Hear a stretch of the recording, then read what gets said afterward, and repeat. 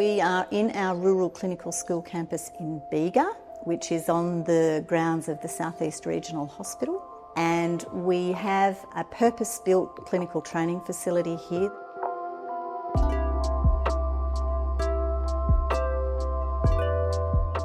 Our rural clinical school operates across 6 sites in the South East New South Wales region, of which this is one of our 2 larger locations.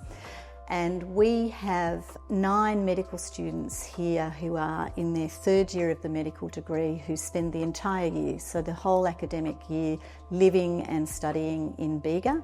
And this is their educational home. So this is where most of their classroom teaching takes place, but they are on placement either in the hospital, on the campus, or in local general practices for 4 days of the week with an integrated teaching program that runs across the whole year. This is our clinical skills teaching room, and it has a number of the pieces of equipment or some of the infrastructure that we would need to teach clinical skills, so that is something that happens here. We also have some technology-enabled teaching rooms. We have a large teaching space that can accommodate up to about 40 people.